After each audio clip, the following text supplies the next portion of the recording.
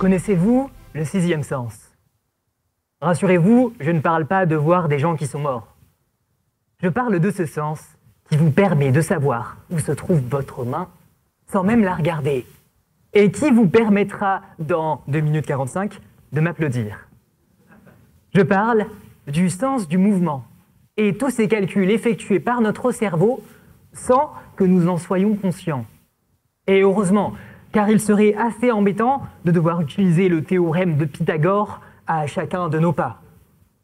En revanche, lorsque vous voyez une voiture rouler n'importe comment, vous êtes tenté d'aller regarder qu'est-ce que fout le conducteur.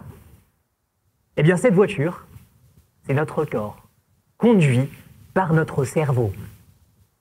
Mon projet est de regarder comment conduit le cerveau de personnes saines et le cerveau de personnes atteintes de pathologies du cerveau qui affectent le mouvement, afin de peut-être remarquer que les cerveaux pathologiques changent de vitesse avec la main gauche, ce qui expliquerait aux soignants le problème du mouvement. Pour regarder le cerveau, j'utilise l'IRM. L'IRM, c'est très simple. Enfin, pas du tout.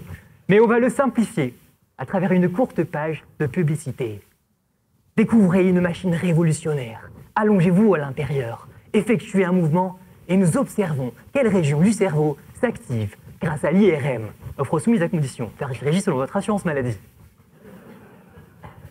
Vous l'aurez compris, on regarde le conducteur. Alors, est-ce que le patient a bien effectué le mouvement?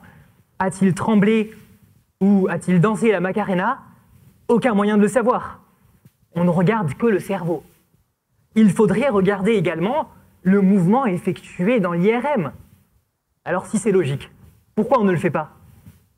Parce que l'IRM génère un champ magnétique intense, dans lequel seuls les appareils les plus sophistiqués peuvent entrer.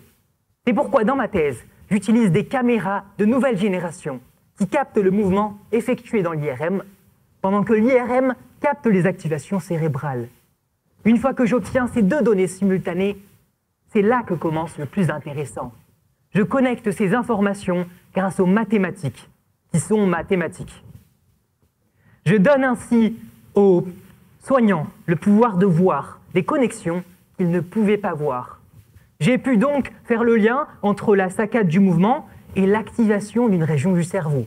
En d'autres termes, je sais que lorsque la voiture roule en zigzag, ça correspond au moment où le conducteur lâche le volant.